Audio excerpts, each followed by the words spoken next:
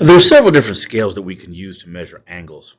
And we're going to start off with degrees, or as they're sometimes called, decimal degrees, which is the most common, I think the most well-known method.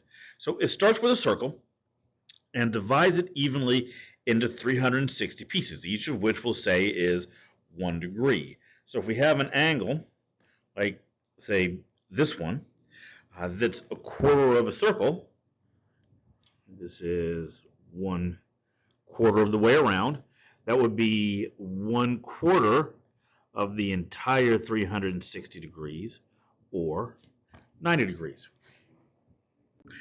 And this works fine for a lot of things, but take a look at this angle here. How many degrees do you think are in this angle? Well, it's a little trickier than it looks, because I think most people, they're going to look at this and they're going to say, well, look, it goes from here to here. That is, again, a quarter of a circle. So just like we had on the last slide, that's going to be 90 degrees. But another way we can look at this is that this angle is actually the angle going around here. And if you look at it that way, then it's not a quarter of a circle, it's 3/4 of a circle, and 3/4 of 360 degrees, that's 270 degrees.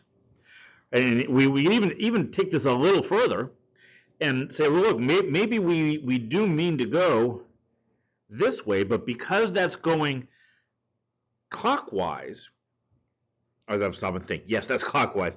Because that's going clockwise, this is what we would call a negative 90-degree angle. Now, for our purposes, we're going to kind of follow the geometry convention, or we're going to talk more about geometry in the next chapter.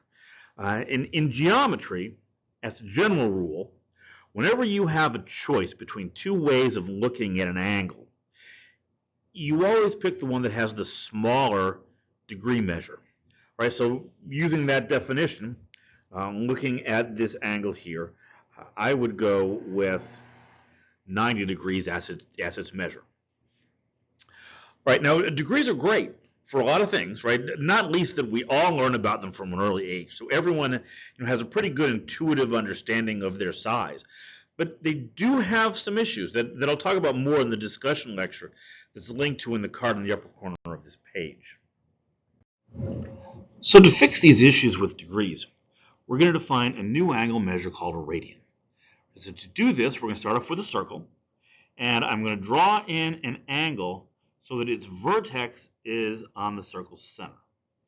Now suppose that the radius of the circle is r, and that this section of the circle, called an arc, that's cut off by the angle has length s. Then we'll define the size of the angle to be the length of the arc divided by the length of the radius. And that's going to be how we define a radian. Now, what's a little unusual about this is what happens with the units. Right, remember, S and R, they're distances. And just like any other calculation we've done, we need to be consistent. Right? If S is measured in feet, then R needs to be measured in feet, for example. So think about what that does to the units here. This is going to be feet divided by feet. Those are both going to cancel, and we're left with nothing. And so radians are what we call a unitless measure. Right? There is no unit with it. So when you see an angle measure, right, it's generally going to be written in one of two ways. You're going to either see it written explicitly with that degree symbol, and that'll let you know, right, that it's in decimal degrees, or you'll see it with no unit at all. Right? And when there's no unit, you know that, okay, this must be in radians. So this is a situation where it's really important. If you're teaching this, you should emphasize this with your students.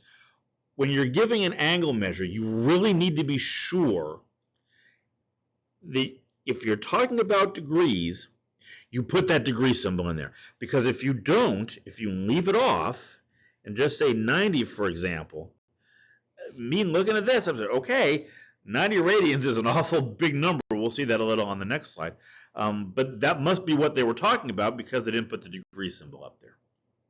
I've got three angles, and we can kind of tell just intuitively what these angles are. This one would be 90 degrees. This one would be 180 degrees. And we're thinking in terms of degrees here, obviously. And this one, I know we talked about earlier, right? But just so we can see what the radians look like, I'm going to look at this 270 degree angle.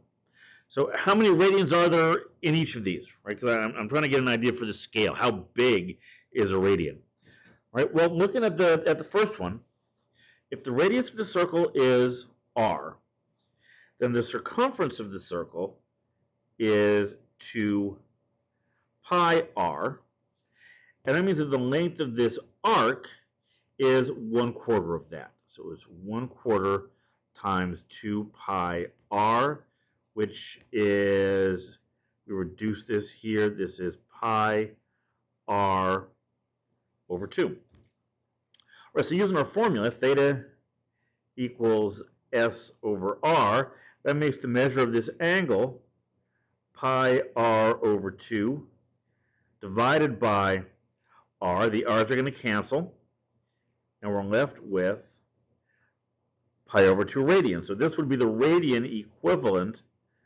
of a 90 degree angle. All right, so we try another one here. We're going to use the exact same argument. If the radius is r, then again the circumference is still 2 pi r.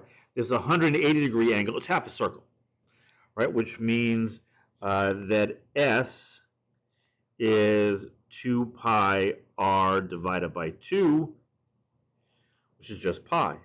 So if we go to our formula again, this is, excuse me, I lost the r there, didn't I? Pi times r. This is pi r over r, or just pi radians. So that's going to be equivalent to 180 degrees. We do one more. You can work out the calculations here for yourself if you like. But for this one, this is going to come out to 3 pi over 2 radians. And that's going to be the equivalent of a 270 degree angle. Okay, so in terms of size, how are these things comparing? Well, pi, if we look at the 180 degree one, pi we know is right around 3.14. So a half a circle is going to be just 3 radians, a little more than 3 radians, compared to 180 degrees. So clearly, a radian is going to have to be a whole lot bigger than a degree is.